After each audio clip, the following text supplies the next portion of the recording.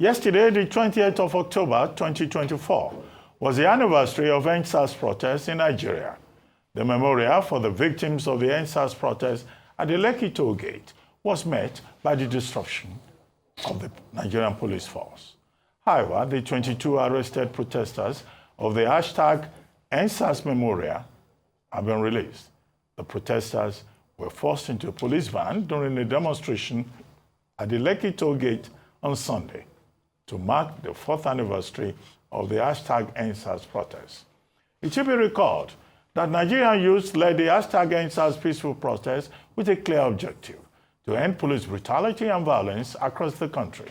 Unfortunately, many hopes and lives were shattered, and the call for justice was met with increased violence, culminating in a tragic event when the Nigerian army opened fire on protesters waving the national flag in Lekki.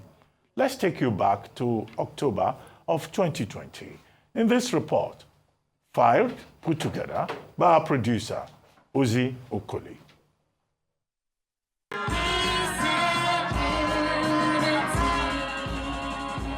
The federal government was responsive and responsible in meeting the demands of the Endsars protesters. B.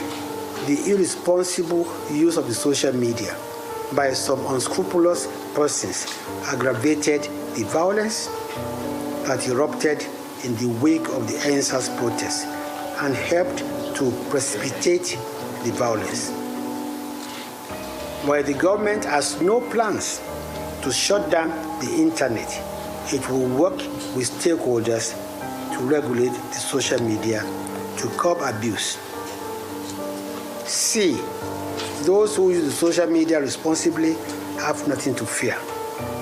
But those who abuse it have every reason to be worried, as no responsible government will stand by and allow a few unscrupulous elements to set the country ablaze. D. CNN engulfed in a preconceived stance that the soldiers who were deployed to Lekki Toll Gate indeed shot at protesters, killing some of them. The soldiers will be given both live and blank bullets.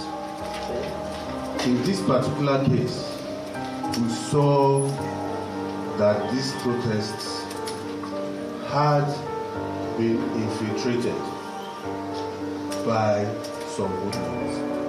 We were peaceful protesters, no doubt, but they were also the hoodlums who sought to take advantage. That is why they were armed with blank bullets, in addition, blank ammunition, in addition to the life they were carrying. Against the backdrop of us that Endsars protesters who were shot at did not exist, a new twist to the unraveling story into the Lekki Toll Gate shooting and the plight of protesters have emerged. At a well-hidden safe house within Lagos, some of the victims of the Endsars protest, especially of the Lekki Toll Gate shooting, and their families are brought together, commune together, and pray together. We love you. We cannot do without you. We cannot do without you. Oh Lord, we cannot do without you. They were not holding weapons. The only weapon we had was our Nigerian flag and the national anthem that we were chanting. And we were even sober to the point we were sitting on the floor. According to the victims and their family members, the aim and purpose of coming together is to chart a way forward for the propagation of the rule of law and the prevalence of justice at a time when so much is at stake in the most populous black nation on planet Earth.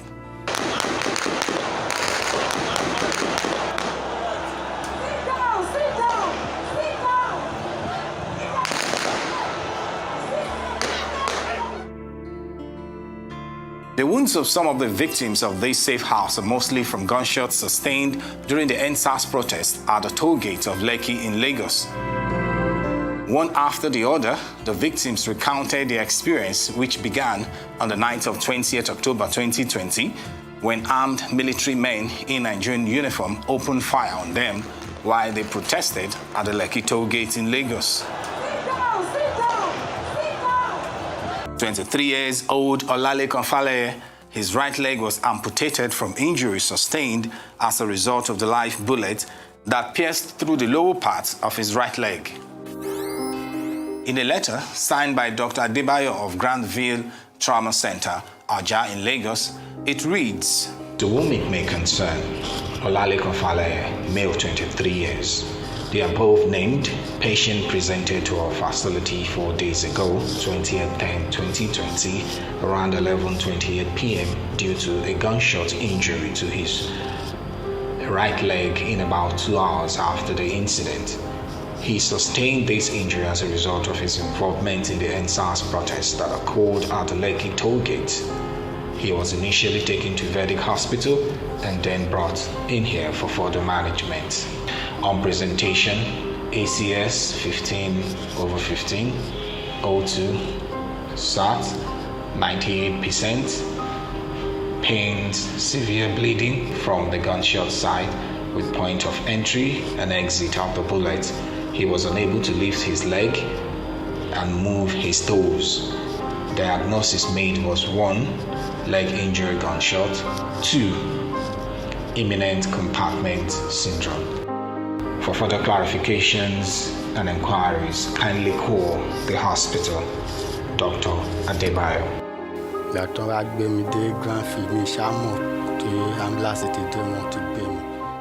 An ambulance came. Afterwards, the next thing I knew was when I opened my eyes in the theater room of another hospital and the doctors were opening my leg. I was told not to worry, and then I slept off, not knowing anything. The next morning, a nurse came to meet me that I should keep praying, that my leg is badly damaged. I was sad.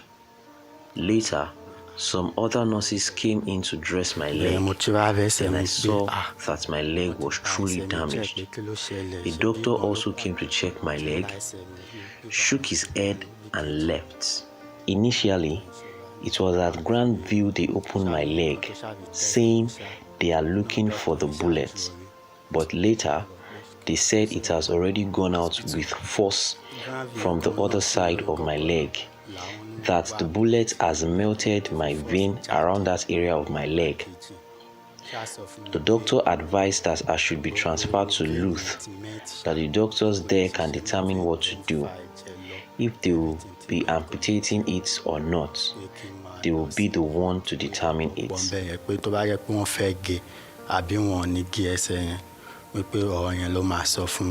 That 7-year-old Nicholas Okwe, a driver from Benue State, volunteered to be part of those who cleaned the Lekki Toll Gate after every night of Endsars protest.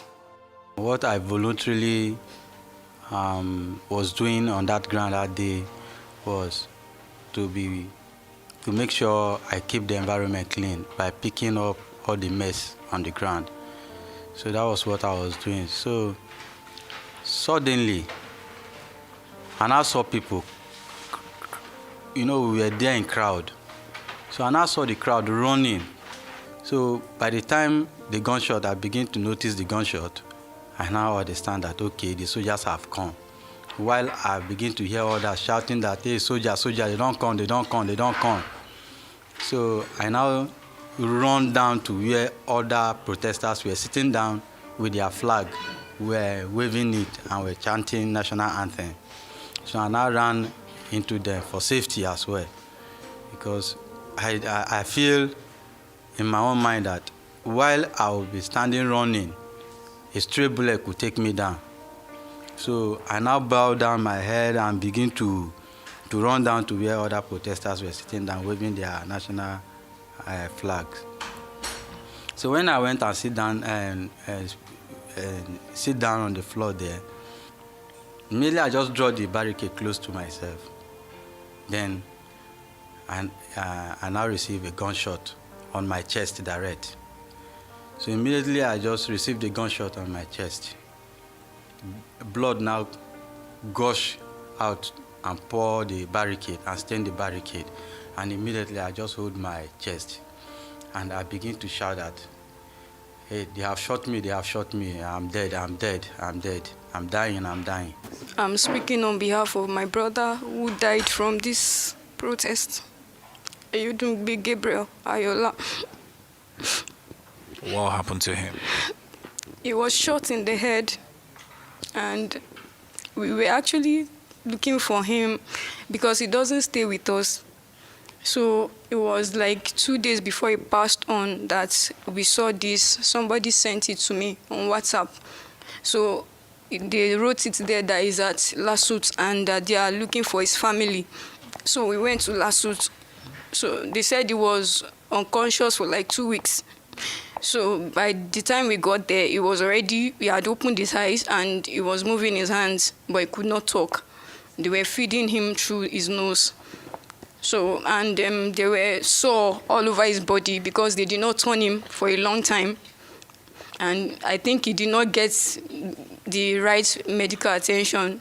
So the whole thing, that was what I think led to his death eventually. In order to corroborate the emergency help rendered by some hospitals in the midst of the chaos that emanated from the gunshots of Nigerian soldiers, medical officers of those hospitals also shared their thoughts concerning the treatment of these victims. At Granville Trauma Center, the hospital admitted treating victims of the Lekki Toll Gate shootings through Endsars protesters in a signed document which reads as follows. Hello, Mr. Oziokoli. I trust this meets you well. Following your visit at our office today, kindly find below a summary report of the patients treated by Granville Trauma Center.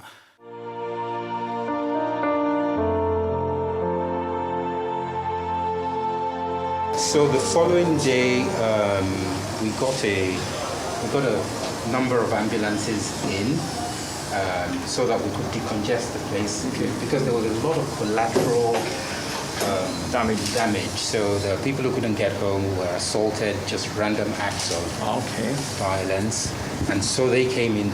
Many of those came in the following day. And as such, we had to have a system whereby we could create capacity. So wherever anyone we realized could be transferred out, we immediately did it just to free up space. So the question still is, you don't have any patient from the incident that has happened all throughout the week with you? A serious hemothorax due to gunshots in the chest. That we have to take to Lasut before the morning.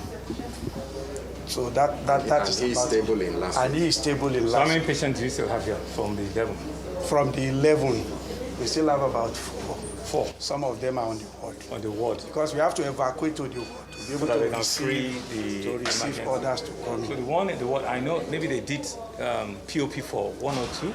Yes, sir. Some of them are being conservatively managed with POP, the gun. Usually we don't go after the pellets of the gun if it is not impinging on vital structures. So we manage conservatively. Okay. So you have only 4. Others have been discharged? Others have been discharged. Okay. And the 4 are stable? And they are stable, sir.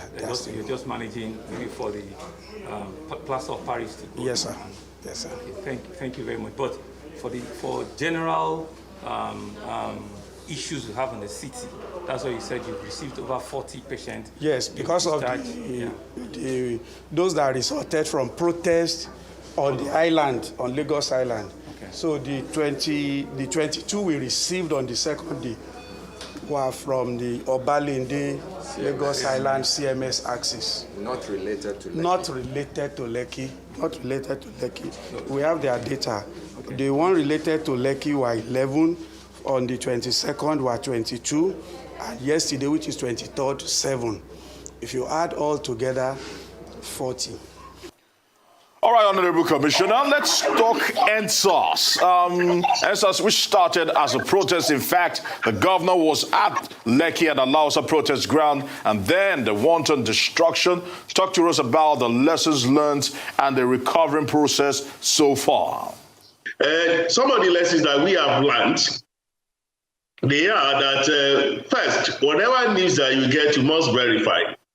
People just go on their telephone and begin to send out stories that can harm the society, stories that can cause more calamity for humanity. And all of these things were done during the Endsars protest. And I think people should learn a lesson from that. I have learned a lesson from that, that whatever you send out, it has the potential of causing a conflagration. And that if you are on the social media as a musician, as an actor, as a politician, and then you have millions of followers, it's not enough for you because you have these people to influence, and then you now use your position to begin to push things that can harm the society, even as it's going to increase your followership, even as it's going to increase your influence in the society. And all of us have seen that there is no party, no matter how good, that will not have an end.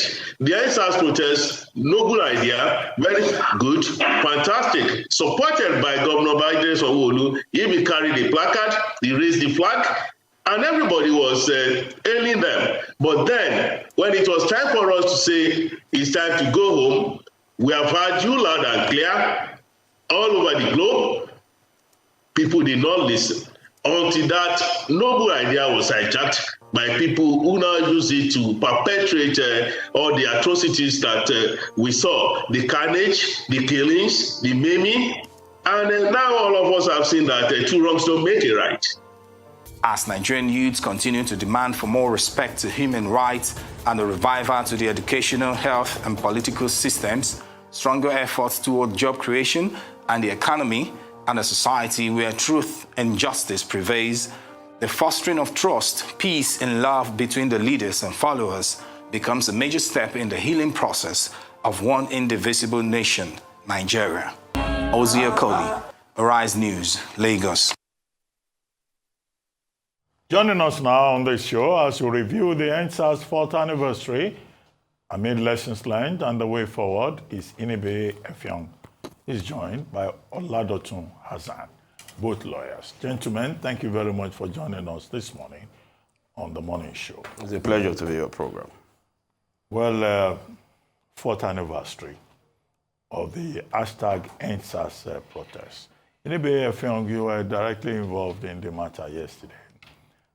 The arrest, the release of the 22 protesters, including Comrade Hassan, not present company, Soweto is the one I'm referring to.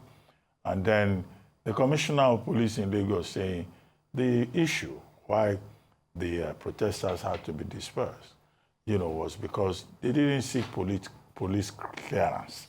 They did not inform the police.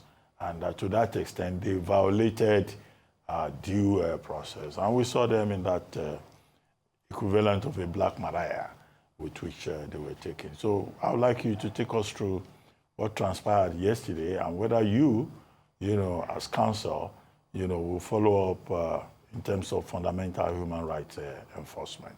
And then Otuba Hassan, who is with us here in the studio, your own perspective also about whether or not the demands of the protesters, 4 years old, have been met, and why the Nigerian government thinks that perhaps some of the demands may not be useful.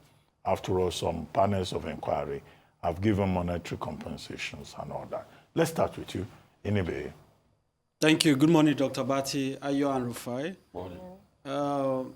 Yesterday, I was with the Lagos State Commissioner of Police at the State Criminal Investigation Department, that is the State CID at Panti, where about 22 very peaceful protesters were detained on the orders and at the instance of the Commissioner of Police of Lagos State. They went to the toll gate in Lagos to peacefully honor the memories of Nigerians who were killed, Nigerians who were shot, Nigerians who were brutalized, Nigerians who were traumatized by the Nigerian army on the 20th of October 2020. This was the 4th anniversary or the 4th memorial of what has become infamously the Lekki Massacre. They were entirely peaceful, holding placard and banner, basically seeking solidarity songs to honor, as I said, the memories of those patriots who had, some of whom had to pay the ultimate price for the cause of young people and the Nigerian people. Quite unfortunately, the police felt they ought not to have gathered there. Regarding the statement of the Commissioner of Police that the reason for dispersing the protesters was because they did not seek permit, I beg to disagree with the Commissioner of Police. As I said, I was there with him yesterday. He did not present that to me as the basis for the action that they took. On the contrary, he was making efforts to see how to placate the protesters. Now, having said that, the law is clear today that Nigerians do not require police permits or any permits, for that matter, to exercise their constitutional right to freedom of expression guaranteed by Section 39 of the Constitution, peaceful assembly and association guaranteed by Section 40 of the Constitution. Indeed, in obedience to the decision of the Court of Appeal, in the case of Inspector General of Police and ANPP that was handled by the respected Femi Falana on behalf of Buhari, who was in ANPP at the time, and Okadibo. Yes, when they were tear gas. In Kano. Yes, in Kano, while protesting the outcome, I think, of the 2003 presidential election. The Court of Appeal held, unmistakably, that the requirement of public permit under or seeking police permit under the Public Order Act was unconstitutional, was uncivilized, and had no basis. The court went further to declare that provision of the law unlawful and set it aside. Now, in obedience to that decision, the National Assembly, as far back as 2015, amended the Electoral Act to even say that Nigerians have the right to protest, and that when people are gathering for positions and rallies, if they notify the police is required to accord them security. I said if, meaning that you have a discretion whether to inform the police or not. And the reason for doing that is not to seek their permit or their consent. It is for them to protect you. So if you don't need their protection, you don't need to notify them. But guess what?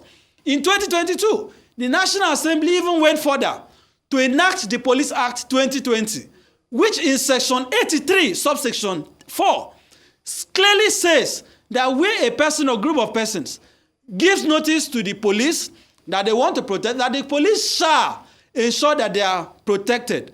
That provision even recognizes the right to protest on the highway, because they always say you cannot protest on the highway and other public places. So this argument that, oh, you did not come to us to seek permit is an argument that has been buried in history. It's an argument that the law has since trashed and has no basis whatsoever. But the point that worries me, what worries me the most, is that there seems to have been a silent criminalization of any form of protest at the toll gate. These attempts and continuous attack on peaceful protesters at the toll gate, anytime people are gathering at the toll gate, it is as if they are declaring war against Nigeria, or as if they want to overthrow Lagos state government. It is completely outrageous. Currently, they don't allow people to gather at the toll gate, and even those who were there to honor the memories of their compatriots were attacked. And that is why we deprecate that kind of conduct.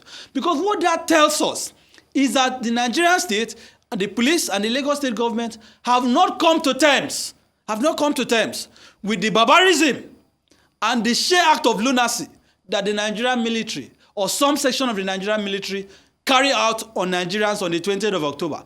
This was a case, Dr. Bati, where Nigerians were raising the national flag, singing the national anthem that the Milocon regime is telling us everybody must sing by force today, even though they have now changed to the one that we don't know. But they were singing the national anthem, raising the national flag, two of the most important symbols of any country. So when they say Nigerians should be patriotic, that was the day that the Nigerian state, that the Nigerian government shot a bullet on the heart of patriotism. Because if you shoot people for singing the anthem of your country, for raising the flag of your country, you are telling them that being patriotic is not a sensible thing to do. Okay, Inibehe, well, I'd ask you a second part of the question, whether there will be an enforcement of fundamental rights. Of course. They have already given instruction to that effect. Yeah, but let's hear from Otumba Hassan about the demands that they say have not been met, And then, you know, I had this conversation yesterday with Digi Adeyanju, and I was saying, nobody is talking about the policemen that were killed. Policemen also lost their lives, vehicles were burnt, you know, but we keep hearing just one part of the narrative. But let's hear from it. Well, it was quite unfortunate that 40th anniversary was also met with arrest of innocent Nigerians. I fundamentally commiserate with those souls that were killed, because it was an affirmed fact, because I'm also one of the lawyers that led one of the victims during the panel. And the panel admitted unequivocally that lives were lost. So police, the Nigerian government, the Lagos state government ought to come out boldly and admit and tender apology. And also equally, such memory should be organized by government themselves, not those that are trying to do something should be arrested. And it goes to say that we are not learning fast. The Nigerian police brutality have not really ended, because we've heard recently when NYC Youth Corps was 1 million was collected on telephone transfer. We've seen a lot of brutalities on social media, which was one of the things that necessitated that protest. I've equally led protests to the Lekki Toll Gate before in 2018 when the toll gate was increased and there were 3 toll gates. It was our protest that addressed that issue. But it is also fundamentally need for us to really look at those fundamental issues. Is it the 5 upon 5 that was introduced? Because what initially was the issue of police brutality, but the protest metamorphosed to dealing with issues of bad governance, and the state of affairs then under Buhari was a nasty, brutish, and it was an Obesian period where life was nasty, brutish, and short for citizens to survive. So it culminated to the fact that there was no listening government as well. And it was one of those cardinal things that was a minus to our democracy. And in essence, where lies the fundamental right of the citizens? And that's one of the aftermath of the Endsars. Though it was a catastrophe that police had their fair share, there was destruction everywhere, there were a lot of other things that snowballed. But it was not Lekki Toll Gate that people died.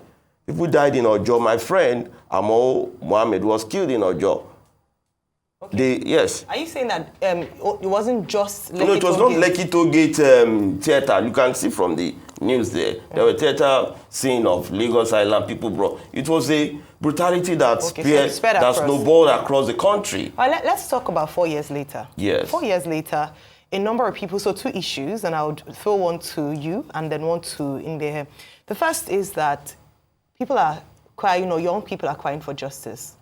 That 4 years later, yes, there have been a number of panels of inquiries set up. Some of them, most of them actually have been concluded, recommendations made, reports brought forward. But justice for some victims of Endsars 4 years ago, nothing has been done. Only yesterday, Mr. Macaroni, who was at the forefront of, a comedian, at the forefront of the protest, had dedicated yesterday to Pelumi Onifade, a journalist who was said to have been killed whilst in custody, whilst in police custody, that his body hasn't been released yet to his family, and we haven't heard anything with regards to investigations, people brought to the book. How do you think, number one, the Lagos state government and, of course, the federal government can begin to give justice to those who lost their lives or victims of Endsars? That's for you. And then once you answer, for Inibehe, my question then would be, the agitation 4 years ago was to end police brutality and violence. How far with the journey? 4 years after, was it worth it? And what should be done now? Because SARS was disbanded, but was that the solution? Do people still experience incidents of police brutality? What can be done to ensure that the labor, the lives that were lost would not go in vain? I'll start with you. Well, I believe it was one of the issues where I queried the government then that haphazardly, some people were given sum of 10 million, and it was just government discretion to give monies to some persons then. But beyond that giving, there was no remorse. There is something for you to give somebody compensation. There's another thing for you to genuinely go after such family. Oh, how is everything? Is there is no, the whole panel was limited to a particular date, and it was shut down abruptly, and some people were never compensated. It's just a case that I'm making here, that in compensation is about our country. What led the people to the street was a culmination of so many issues. Police brutality is just the least of the 5. Police welfare and all that. The all other issues of the other 5 were good governance, welfare of the citizens, and all other issues that were in the front burner. But quite unfortunate that there was no dialogue at that same premise. There was a call, but within that same premise, that's one of the critical area whereby I frowned at some of the leaders of that protest. The fact that when they called for dialogue, the Lagos State governor went there. It was started with pure water, when that okay, can go. But there was a need for dialogue then. And the leadership said they don't have leadership. It was a high clarion call. I was also led another protest at some instances to seeing the reason why government must bring for that dialogue to be genuinely accepted, that they will need mediators. I call for mediators in person of Oni of Ife, Sultan of Sokoto, Obi of Onitsha, to also play some role, that the government cannot just say, okay, this is it. But the table was not arranged properly. The people that were leading the protest from Aisha and everybody did not admit leadership. And that was one of the reasons that snowballed everybody to take advantage of the field.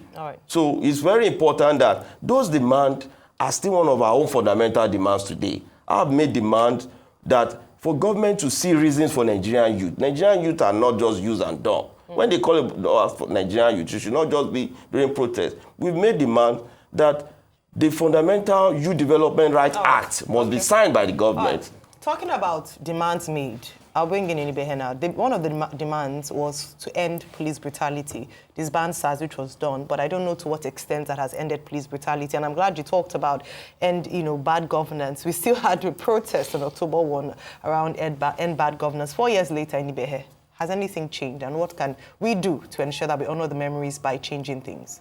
I think, like I keep, making this point, we have a fatalistic political class in our country, a political class that is, I always say, is intentionally blind and willingly deaf. So they have made up their minds, whatever you do, we are not going to see it. Whatever you say, we are not going to hear you. We have closed our ears. There's nothing you will say that will appeal to us. 4 years after, it is still the brazen culture of impunity. The killings of Nigerians by the police has not ended. The abuse of the police, use of the police for civil matters has not stopped. Today, if you have disagreement with your landlord over water supply to your apartment, you can call the police. If your wife does not greet you well in the morning, you can call the police.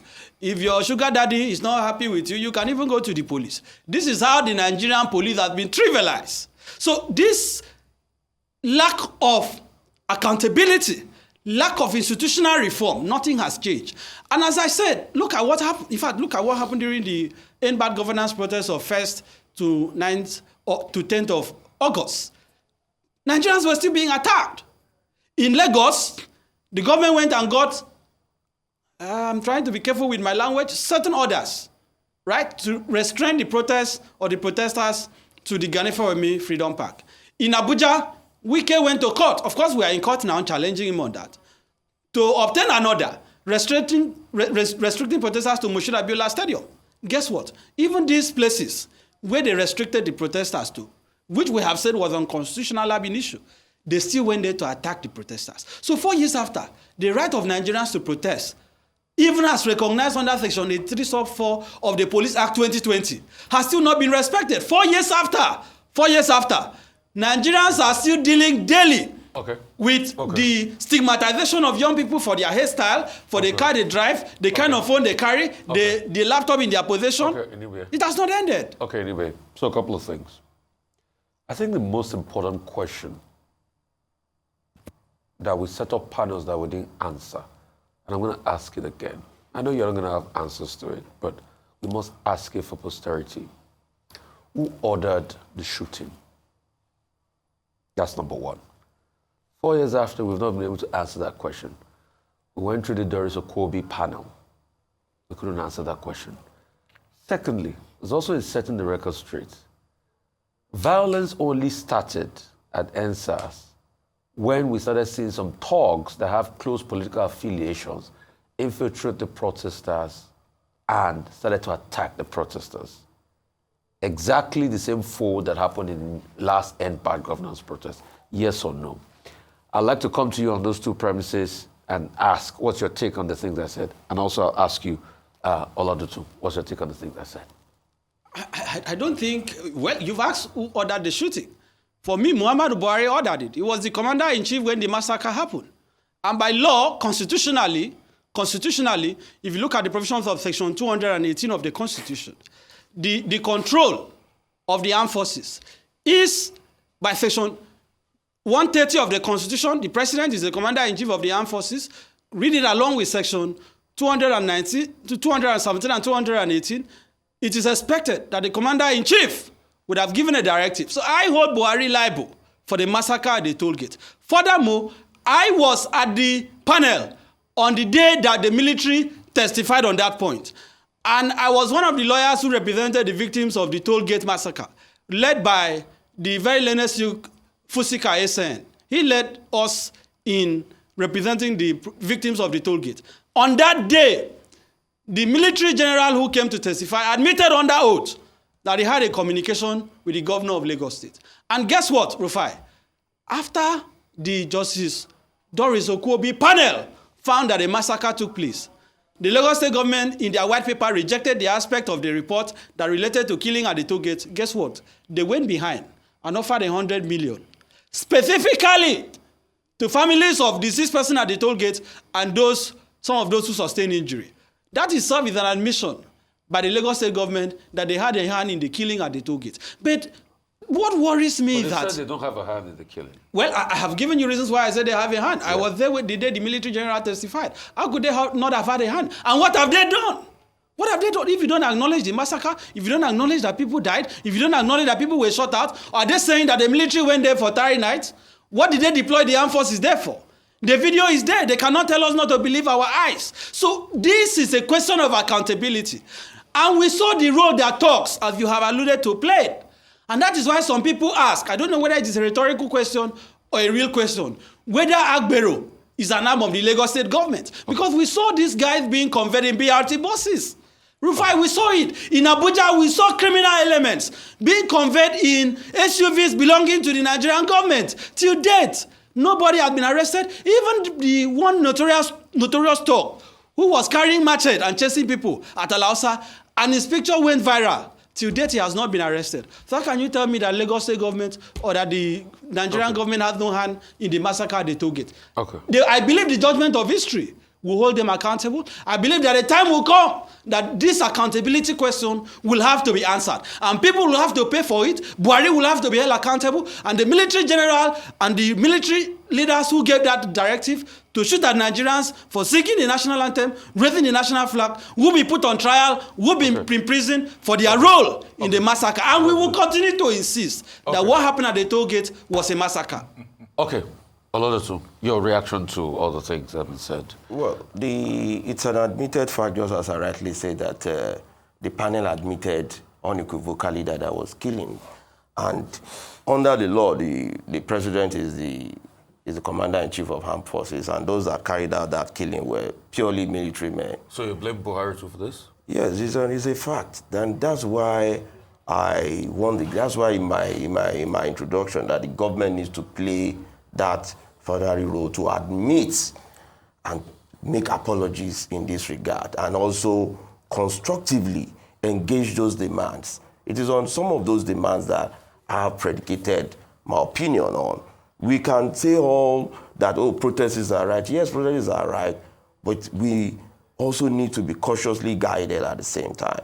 In as much as I'm not making case for the military to have carried out that brutality, it's my demand that the National Assembly should set up a panel of inquiry to call the former president to come and answer. But the military generals that were there to come and answer. But with due respect, recently there was a government protest that you came to speak against. That protest, let me tell you, we need to be very clarified on you why. came to speak against the protest here, yes, but protest, you're supporting this. No, protests are now weaponized.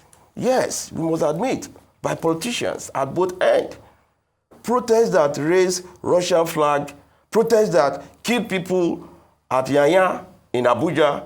Anyway, no, I'm coming. Protests that destroy. Wait, listen. No. I foresee that. That was one of the reasons why, when that protest was tilting towards demand for coup, demand for the military to take over, would you have accepted that protest in a democratic country? Yes. How would I, as a patriotic citizen? Yes, that was the reason why. No, you're still pointing at me. You have raised it to me that I. But you don't need to point at me. But protest, you supported that a protest should not hold. That protest was a mechanized political protest. You supported that people's right and the solution to that protest was one of the reasons why we raised 52 demands before the IGP that are more than the 15 that Showore raised. We raised more fundamental demands on the 12th of August. But on record, you supported the protest not to hold. Okay, it will not hold because we've also made demands and we've also brought about solutions. Can you guys talk? Which was one of the reasons why the president have equally endorsed the reason for a national youth confab. Okay. Whereby issues of this nature should equally be brought by the Nigerian youth. So the second question I asked, after I asked who ordered the shooting and all of that, the second question I asked is, the violence only started when the talks from the government arm came in. What would you say about that? No, the violence in protest is a mixed bag of relations. Let me tell you. You don't call talks from government. Do have talks, let me tell you. Talks are part of our society. When I led the protest to the Lekki Toll Gate, there were crises. There were a lot of issues on that day itself that I managed myself. People came to also take charge. Even ordinary riffraffs on the road, we want to steal phone. Just on a good day, just walk anywhere in Lagos. There are talks everywhere. Let me tell you. Like Inibehe no. I wouldn't want you. Wait, listen. No, listen. Okay. Don't always tag the government back. Because if you tag one day, you might fortunately be in government. Because then there will now be crisis that infiltration comes in. The major thing is we need more security. That's enough. Can we make progress? Thank you. Inibehe, Effiong, let me come to you. Now, one of the issues on the table is that we were told that as of 2022, over 40 persons were still being detained. Now, I think at some point this year, we were told a few more persons were released as a result of protests. Now, there were other persons who died, we're told, on October 20, 2020 or thereabouts. There was also the case that Ayo mentioned of Pelumi Onifade, where the coroner's inquiry had just begun. Now, what's the scale of this in terms of persons who are still in detention 4 years after just because they protested? If you can take us through that, how much more progress has been made. And Otumba Hassan, I see you are carrying a totem as part of your fashion appearance on this program. Some of our viewers may not understand what that is all about. Is this some kind of talisman to control the flow of questions? That's my status of office. So Azare. You have to bring your status as an array onto a television conversation. We've been having that. Did I control Mr. I'm not saying anything. The basic thing that fact we are all patriotic about this country, and we need to tell government the truth at all, no matter how it's going to sound. We can see my position here. It's not about, I've not come here to pat the government in the back. I just say the government must do the right thing. The citizen too must be disciplined to equally let us railroad ourselves to development. And for me, one of our cardinal client call is for conversations. We spend more time on dialogue to discuss.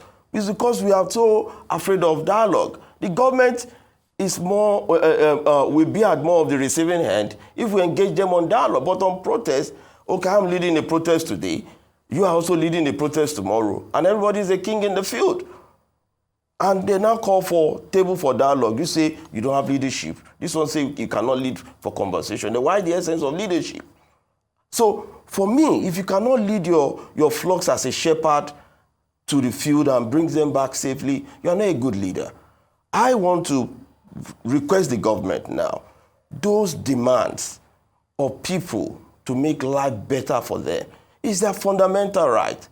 And if government is wanting to bring about, palliative cannot solve our problem. We need a long-term, short-term, and medium-term plan. I think you should answer the question, Dr. Abati. So we can go to Inibehe. We talked about, the people, that the 40 people are there, but maybe you could rephrase the question to you. Yes, the 40 people. Abati, yeah. No, in terms of, that is where our legal department must begin to work. A lot of people are lying fallow for unfounded offenses, and our court system is not helping matters. Our court system is not helping. Even if a matter that goes 4 years is not because of the matter is to go for, the magistrate might not even come to court on the next adjourned date, and nobody is held accountable. Judges at will, you just prepare as a lawyer, get to court, you find out that it's on that day, they will tell you, the court is not sitting, and that will make that man that is in prison suffer more. So the Office of the Attorney General of the Federation and the states needs to have constant review of cases. Review of cases. The police prosecutions that are also handling some matters, a lot of them lack experiences. Maybe police should get more lawyers to be prosecutors.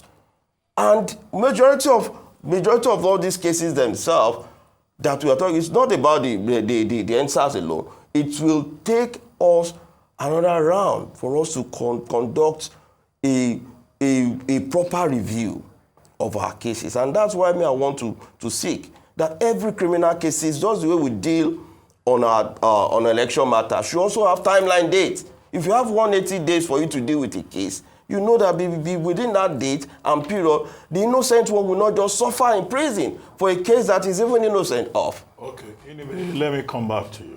Basically, the plight of persons who are still in detention, why they've been there, why people will be killed and they will just disappear, nobody will know. But the other part of the story, the other side of the story that I've been talking about, many innocent people lost their businesses. Their business premises were violated. Policemen were killed. Their wives were turned into widows.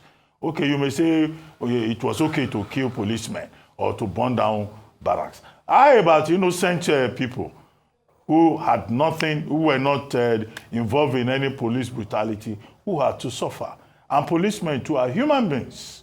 They have families, but nobody is talking about them. We just say, okay, we're doing 4th anniversary. We talk only about the protesters. What do you say to all of this? Dr. Bati, if I could, before I address your question, quickly to respond to some of the points my learned friend Otumba Hassan has made.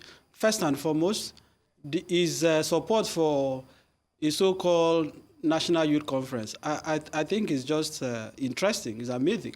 What is a conference about? Tinubu does not need a National Youth Conference to buy a new private jet.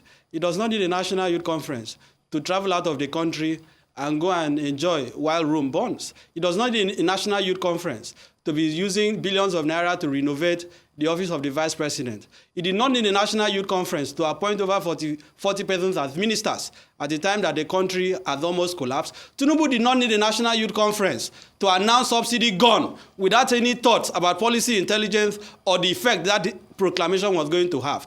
Tinubu did not call for a National Youth Conference before increasing electricity tariff. Tinubu has not called for a National Youth Conference before buying new vehicles with his outrageous convoy. Tinubu does not need National Youth Conference before having Office of the First Son, Office of the First Daughter, Office of the First Lady. They don't need National Youth Conference. Inibehe. Dr. Bati, it is important. I'm saying that is the distraction. Let's stay on focus. I'm staying on focus. After all, in Kenya, yes. President Ruto had X-Space conversation with youths, with Kenyan youths, just to get feedback from them. So, look, which are very important. Tinubu will not take part in the conference. He has not, Dr. Bati has not spoken to the media. He has been president for 1 year. No one presidential media chat has taken place. So what are we talking about? Regarding the issue of whether the protesters... Yes, I'm going to the issue. Also regarding the point that people cannot be protesting anyhow, oh, they need leaders, they need to dialogue with government. Who do you want to dialogue with? I told you earlier, Dr. But why are we deceiving ourselves? I said we are dealing with people, a political class that is fatalistic, a political class that is determined to go to the grave rather than see Nigeria prosper, a political class that have made up its mind that no matter what you say, we will not hear you. No matter what you do, we will not see you. We cannot dialogue with people that don't understand what dialogue means. The Nigerian youth do not want to dialogue with government. What they want is government to do what they need. Now, regarding those in detention, that is simply part of it. Because we keep pretending that, oh, this is about punishing those who committed crime. Of course, it is condemnable. I don't support Hassan. I don't support burning government property. I don't support looting businesses. But let us be honest with ourselves. I don't know whether people know how ridiculous some of these cases are filing and throwing up and detaining people are. Let me tell you, in 2017, I defended some people in Akwa Ibom who went to government house to protest for the benefit of the next of kin of their relative late primary school teacher. Dr. Bati, do you know what police charged them for? Attempted suicide. For going in front of government house to protest. In Delta State, a few days ago, a young man entered a flood swamp road, a bad road to protest, to bet. The government arrested him for attempted suicide. As I speak to you, those they are charging in Abuja for treasonable felony. Dr. Bati, you are a lawyer. Go and look at the charge. They claim they wanted to overthrow Tinubu on WhatsApp. We are dealing with people that do not understand that this is 21st century. We are dealing with people that once they fly out of Nigeria, they are human beings. When they come back to Nigeria, their humanity is questioned.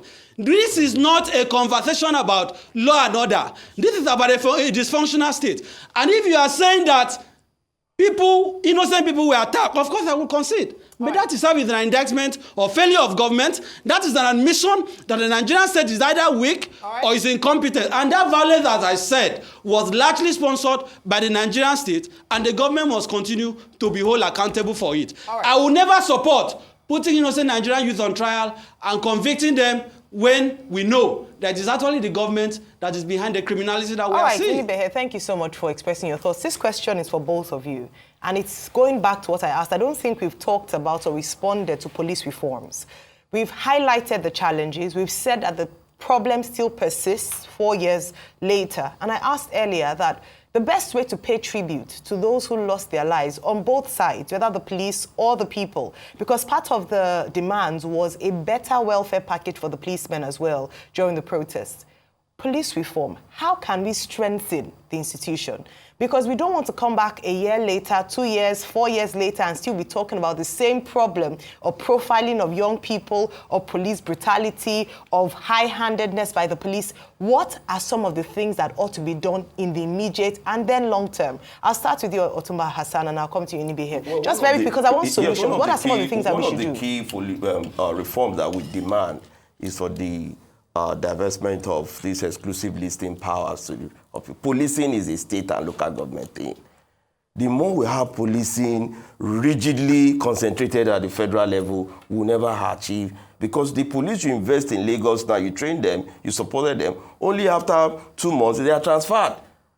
So they are now taken to another position space where they cannot even adapt to the people around them. Policing is about community service. So the welfare of the police is the duty of government. I've demanded, I've requested in one of my interviews that for you to survive under this climb, you need no less than 500,000 naira as your salary, basic.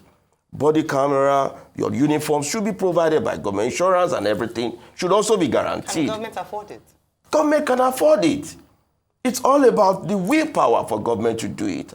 So, and it's all about our planning strategy. The IG must move beyond this analog mode of recruitment and just passing out. The recruitment, from the recruitment point, let police recruit people with clarity and mission. Not just anybody on the street from your village and everywhere. Look at how the IGP complained against the recent recruitment. Over 10,000 were recruited without proper procedure. Are those the people that will now come and man our security? Whereby the real people that are interested to serve are not even given opportunity. So policing must start from recruitment. There must be proper vetting of who we are. We have a lot of people. Let me even shock you. You'll be surprised that criminals, for them to shield their criminality, will go and take uniforms. Both military, every other space. You see them on social media, a lot of things that needs to be corrected. Right. Morals is part of our demand. National Orientation Agency must take this up. We need more reforms. Then the police themselves need attitudinal change to know that they are governing people, they are managing people, are not animals. All right. Okay, Inibehe, and attitudinal change, Otumba has mentioned attitudinal change, talked about welfare, increasing salaries, even recommending 500,000 naira, some equipment to upskill them as well. What are some of your recommendations and things that are practical that they can begin to do? Because we're still talking about the issue. We've talked about the issue for so long, it's almost sounding like a broken record, but the problem still persists. So talk with us. What's your solution? Well, one of the five demands of the protesters was that every member of the disbanded SARS, I say disbanded in quotes, because they announced that SARS was disbanded, but we are still seeing SARS on our daily lives. So part of the demand was that every member of that killer squad, that murder squad, should be subjected to a psychiatric test to see whether they are even sane because of the way they were behaving. Why is that difficult for the government to do? We have, psychiatric hospitals in the country. We have one, in Lagos here, or some in Lagos here. Why has the government not taken them for psychiatric evaluation? Because it's the same people that were in SARS, they're the same people that are being moved to other special squads now. How do you expect the criminality to end? The other demand was the welfare of policemen. Of course, they are underpaid. The irony of this. The same police officers that are assaulting Nigerians, killing Nigerians, harassing Nigerians, they buy from the same market with us. Many of them cannot send their children to the schools that the politicians are protesting to send their children to. Many of them, when they are sick, they die because they cannot afford Medicare. Many of them, even when they are killed, they are not properly compensated. We see this on a daily basis. Recently, policemen were chased out of Falomo barracks, right? Some of them came to me and complained. The amount that this current government, the police paid them, and along with the Lagos State government, it's not even enough for them to get an apartment. And they have families. So they too are also victims. So the issue of welfare of policemen must be addressed. And the funding of the police. You go to the police station today to file a complaint, you have to pay for pen, you have to pay for the exercise book, you have to pay for fuel. In fact, now you have to even hire the vehicle. So we need to address funding of the police. But the most critical point is the lack of accountability, the need for adherence to the human rights provisions of the Constitution. We must find a way to hold the police accountable. So the government must begin to take these actions. But if I say this, people will say, well, why are you not optimistic? But there's little evidence to be optimistic. The government is not ready in reforming the police because police is used to rig elections. Police is used to target political opponents. Police is used to commit crimes. So those who have the power to effect changes, they don't see changing the police to be in their interest. Okay, Inibehe. Couple of things. So let's talk about two things. Number one will be people that since Endsars cannot come back to the country. In part of this healing, can't we allow them, people like DJ Switch, they've not come back to this country. And there's so many people too that feel that their lives are being threatened. What can we do as a nation and as a government to be able to bring them back? Secondly, will be this conundrum about, also the welfare of the police officers vis-a-vis all that is happening and all of that. Is it attitudinal change the police needs or a complete overhaul? I think it is both. Regarding the issue of DJ Switch, Reno and others, we're a country where heroes are criminalized, where heroes are attacked, and then the villains are canonized. They are celebrated. They are given chieftaincy titles.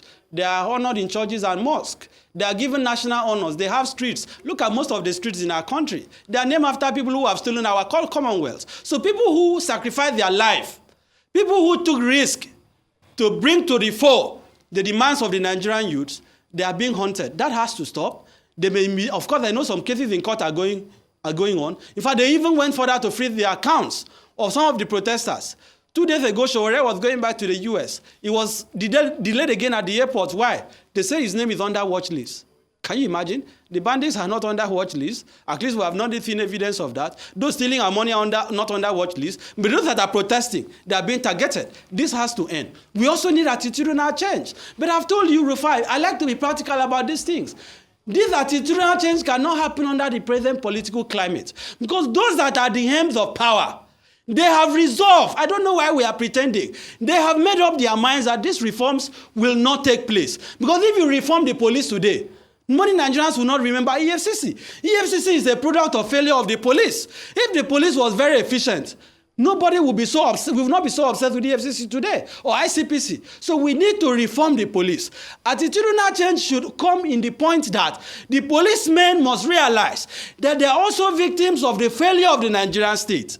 That when they die, their children may also have to suffer the consequences of their action. And that when they fall sick, the same hospitals that cannot treat regular Nigerians, they will also go to those hospitals without health, and their health will suffer. So they must realize that they are also victims. And that is why they must begin to change their attitude. They must begin to see the Nigerian people as those that they are serving. Because it is this colonial mindset. They have this military disposition to law enforcement. They see those that are supposed to serve as enemies. So when you see the police, instead of being friendly, you see hostility. That has to change. That has to stop. Okay, thank you very much, Inibehe Effiong, for your insights. And thank you also. Okay, it's not Otumba, it's Are Oludotun. Yes, well, and lastly, please, the issue of this conversation, we need dialogue. And I want to encourage in Airborne that both of us are agitators for common good of our people. When we have opportunities of this, I'm pleading, let Mr. President extend invitation to both of us. Let's go and lay our demands. And if those demands are not met, we'll take the government to court. Okay. Go to Thank court. you very much. If you are aggrieved about anything in Nigeria, Go to even court. election outcomes. Go to court. We need the conversation. Thank you We need very the much, dialogue. gentlemen.